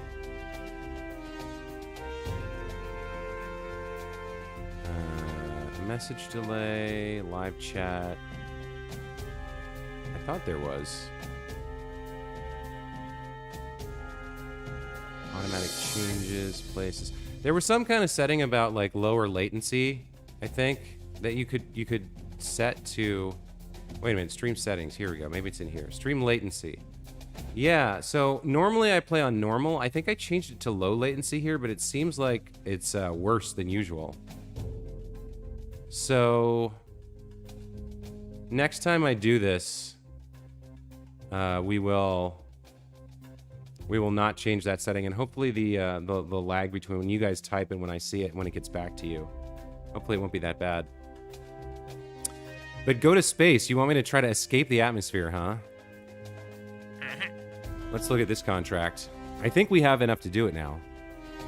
One of the founding principles of Kerbin World First Record-Keeping Society is to continue to advance the frontiers of science. We still have unchecked items on our list of records to break and would like to change that. It's time for you to take another step in advancing the frontier. Administration says we cannot call ourselves a space program legally without actually going to space. Prestige significant. Objectives. Breach the atmosphere by flying a vessel to an altitude of 70,000 meters to achieve this goal. All right. So this seems like a good one. We'll try to build a brand new vehicle that can escape the atmosphere, and we have a pretty good idea of how to do it. Let's hide a message. Look at our contracts. Okay. So, I think we start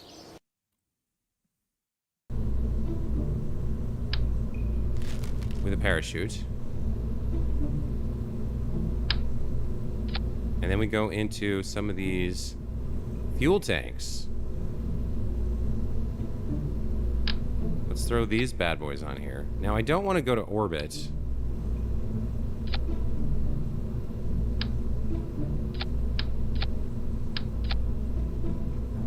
But I think 5 is enough, because that's what the tutorial was teaching us.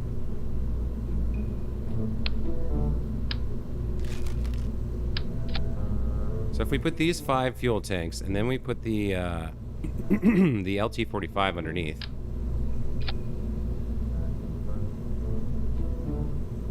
That should give us what we want. So this is the simplest rocket we can construct to escape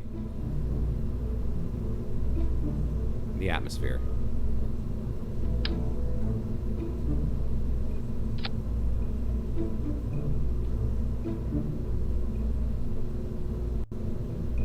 Let's make it look good, right?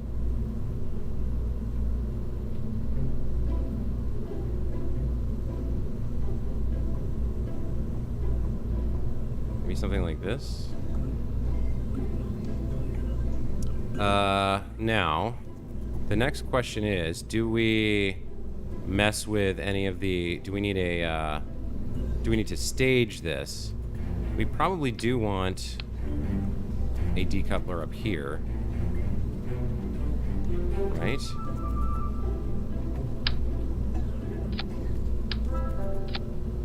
And then in terms of our staging,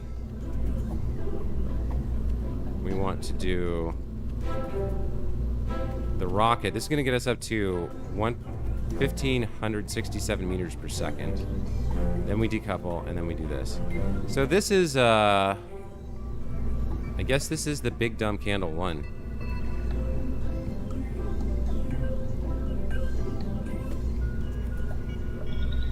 Werner's design, really. but I'll take credit. All right. I think that's about it for this. Just to escape the atmosphere, this is pretty simple. Oh, we should put some fins on it. Aerodynamics. Now, we have new fins as well. So we've been using the basic fin. If we look at the AVT1 winglet, the manufacturer was found lying by the side of the road. Nothing's really known about this. Use it at your own risk. And the other thing we could consider is if we escape the atmosphere, throwing some additional science on could be good. But maybe we'll do that. We'll test this first with a pilot, and then after that, we'll send it up with a scientist later. Let's go to this, and let's get some wings going.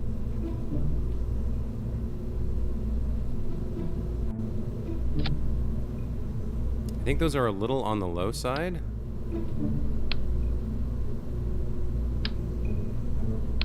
Hang on, let's do that again.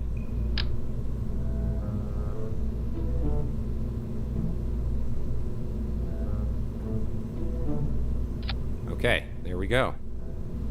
So, our crew, we want, we've got a pilot, a scientist, and an engineer. We want the pilot for this one.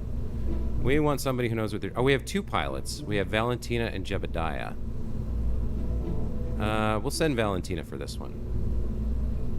Okay. Big Dumb Candle 1. Let's delete you. I think we're good to go here. Save. And let's launch it.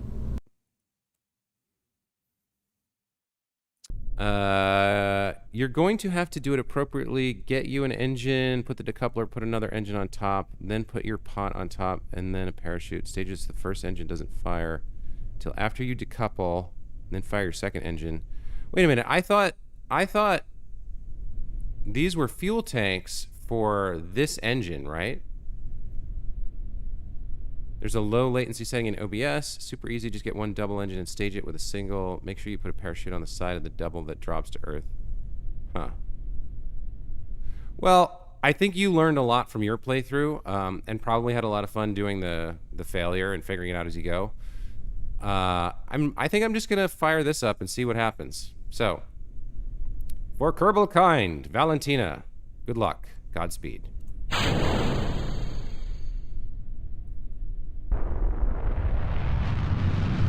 Oh, this is controllable as well.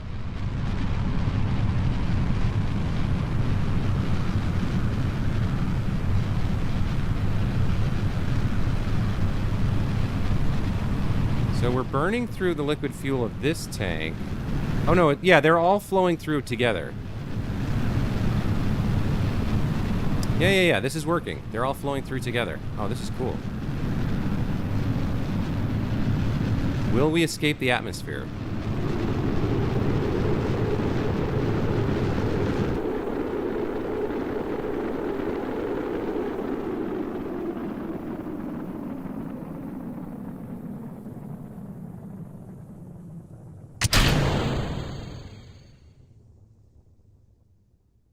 $70,000 meters to achieve this goal.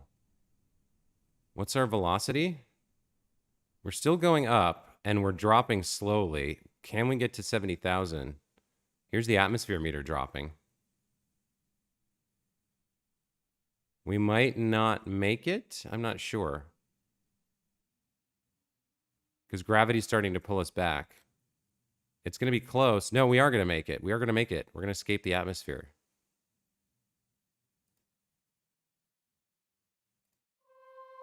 We did it.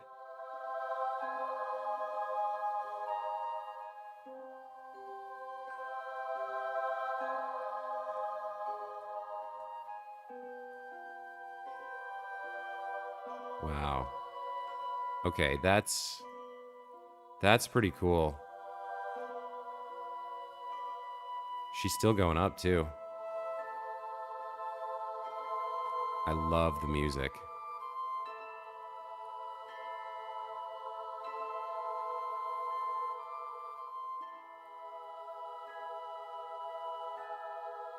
Oh, that's awesome.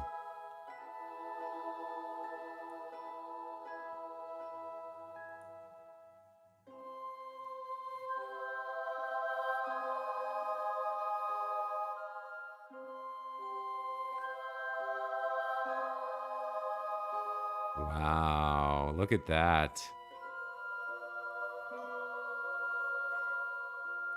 So cool.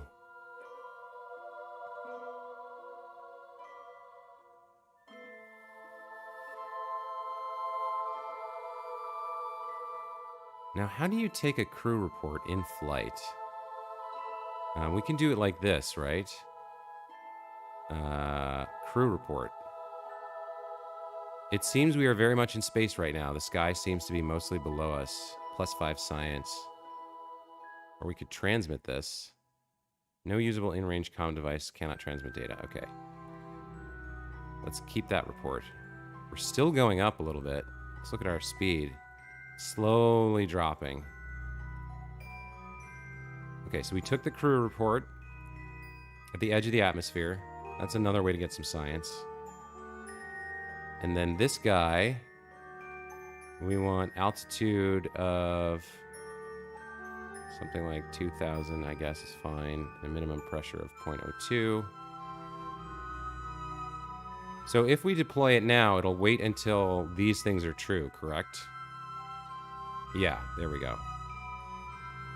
Look at her with the giant smile on her face. How cool is this game? Oh my gosh. What a fantastic start. Or end, I guess, to the stream. While it's falling over, do a crew report, fast lol, do a crew report. I did, guys. I managed to get it.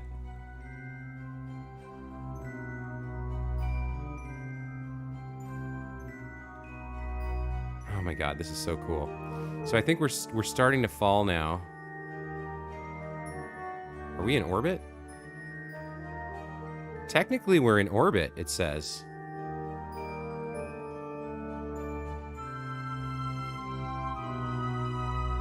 This is the same. Okay. So we're in orbit, but we're falling towards the planet. This is nuts. This is so cool, you guys.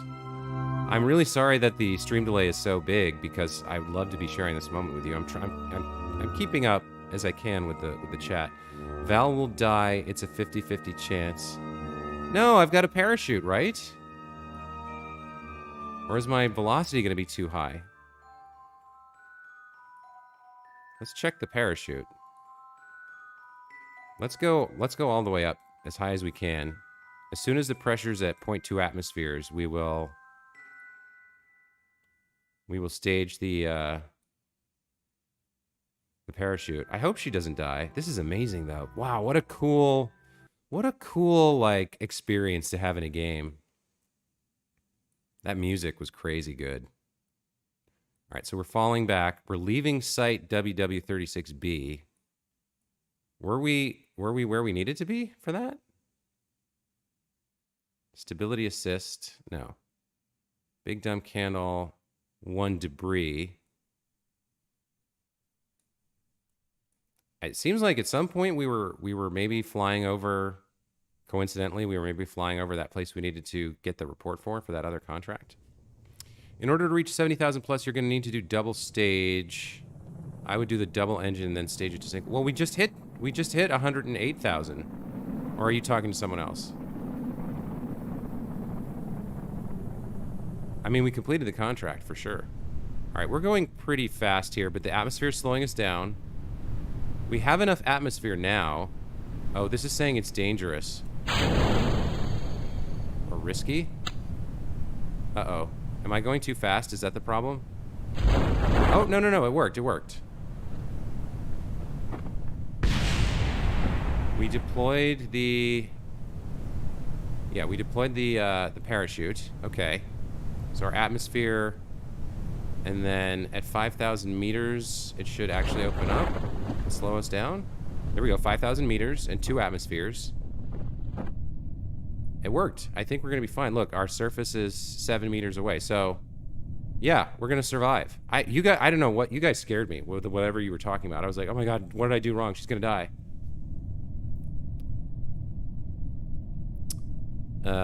The music is hilarious. Roblox says the KSP 2 soundtrack is better. Huh, okay. Guys, how about this? My first trip to orbit. Now, we didn't maintain a stable orbit, but we escaped the atmosphere. We saw the curvature of Kerbin, and we're going to survive the trip. Look, she's all excited. I bet she gets a good point of something for this. Man, okay.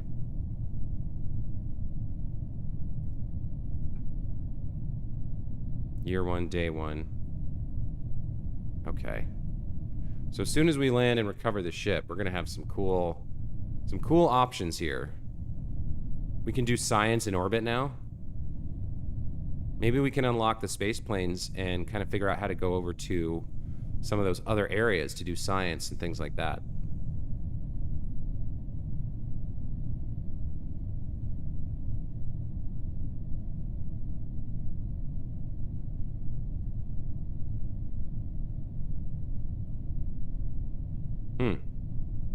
It does take a while with the parachute when you're falling.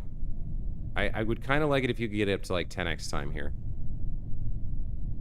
How does this work? Now, can I like... I can't really leave this view, right? If I go to tracking station... Yeah, it won't work. Cancel. You're in flight. Space Center. Resume flight. Yeah, so we're in... Once you're in flight, you got to finish it.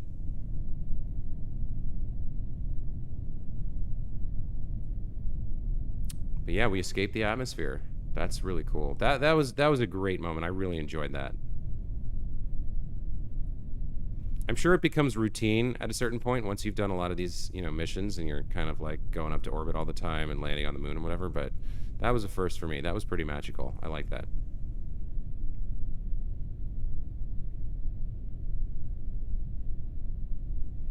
Okay, this is going to take a minute and a half here. So what do we have left? We've got the parachute, the crew hatch, transfer crew, control point, toggle torque lights on. We already have the review report. We're in space. This guy seems to be below us. 5 science. And then electric charge and monopropellant. I see. So the capsule has its own electric charge, which can drain over time. So if we go on longer missions, we'll need to bring some sort of power unit with us, maybe. And then monopropellant, I guess she could have done some maneuvering with it when we were up in orbit, maybe? Okay, we landed.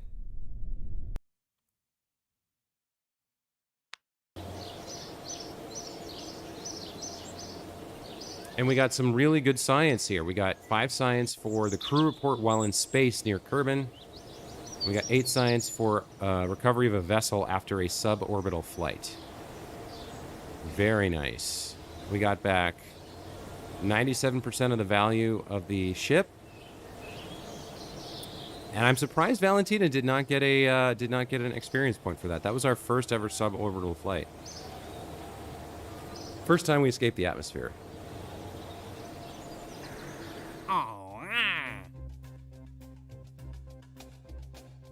So we got more. We've got a $250,000 Kerbal bucks now. That's good. And we got enough. I think we got enough science to unlock the space, or was that? No, that was 50, wasn't it? Research and development. 45. All right. So if we get 3 more science, we can unlock aviation and start to build space planes, or planes at least. Guys, that was really cool. That was really fantastic. I mean, this game, it's very challenging. I see the learning curve is incredibly steep, and they do not hold your hand at all. But that was really incredible. That was a really special moment for me. I mean, it makes me want to, like, go to space myself. Obviously, a lot of people probably feel that way, but that was spectacular. All right, guys. I'm going to call it here for today for the live stream and take a break and get some breakfast. I do want to kind of raid you guys over to Jaco's channel. He's streaming this morning. He's streaming some Satisfactory. So head over to the Weird Toast channel right now and go check in and check out his stream for a few minutes. See what you think of how he plays. I'll read up the last few messages here in the chat. Michael said, something I learned, you won't be able to use your main parachute. You'll be falling way too fast. You've got to use those side parachutes to slow you down before you pop your main chute. Okay. Going to either reset or just let this guy die. After you landed, do an EVA report. I missed that. Is there a way to put a parachute on the rocket to recover it? You put parachutes on the sides, and let's go to orbit. All right, so the next time I play KSP, we will try to get. I think we'll probably try to get space planes going and see about doing some of those contracts at other sites. That's going to be it for today. So, Michael, Roblox, Rob Schwan, Factory Guy, Anime Dave, Jaco, Pandian, everybody who stopped by with the stream, thanks for being here and sharing that cool moment with me. And make sure you go check out the Weird Toe stream right now. Go raid Jaco's stream and tell him, and go chat with him while he builds his roads and factories and stuff. Other than that, have a great day, guys. It was really fun. See you next time.